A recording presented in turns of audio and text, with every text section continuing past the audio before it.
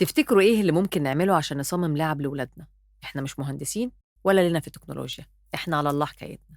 أنا مايد ويدار ونظرة أخصائي. 4 خطوات هنصمم بيها اللعبة لولادنا علشان نشجعهم على تنمية مهاراتهم. الخطوة الأولى تحديد الدوافع المحفزة، يعني هفكر إيه الحاجات اللي بيحبها ابني عشان أحفزه بيها من الآخر. لو بيحب الديناصورات، العربيات، أدوات المطبخ، هستخدمها كمحفز. الخطوة التانية تحديد التحديات، أنا هكون كاتبة عندي إيه الحاجات اللي أنا محتاجة ابني يكتسبها أو يتعلمها. مثلاً ما عندهوش تواصل بصري، ما بيرضاش يبص في عين أي حد من اللي قدامه. لو ابني ما بيعرفش يستخدم الأسئلة البسيطة، ما بيعرفش يقول لي جمل طويلة، أكون مجهزة لستة وأشوف إيه اللي هبتدي بيه عشان أغيره. ثالث خطوة تبادل الأفكار والعصف الذهني. بالراحة كده هقول لكم، هشوف حافز للطفل وأحط معاه جزء من التحديات اللي أنا عايزة أغيرها. هبسطها لكم، ابني بيحب يلعب بأدوات المطبخ وأنا عايزة أطور عنده الجمل الطويلة.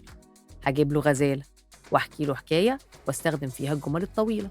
هجيب له حلة ومعايا الغزالة، أحط الغزالة في الحلة وأحط عليهم مية وأقول له تعالى هات الفوطة وهنحمي الغزالة، وابتدي أستخدم الجمل فيها. الغزالة بتعوم في المية، تعالى ننشف الغزالة، الغزالة مبلولة لازم ننشفها بالفوطة. آخر خطوة التقييم، بقيم فيها نفسي وصلت له المعلومة صح، وقيم فيها ابني وصلت له المعلومة ولا لا. وأول ما أتأكد إن ابني فعلا فهم المطلوب أديله المحفز كشكر لي.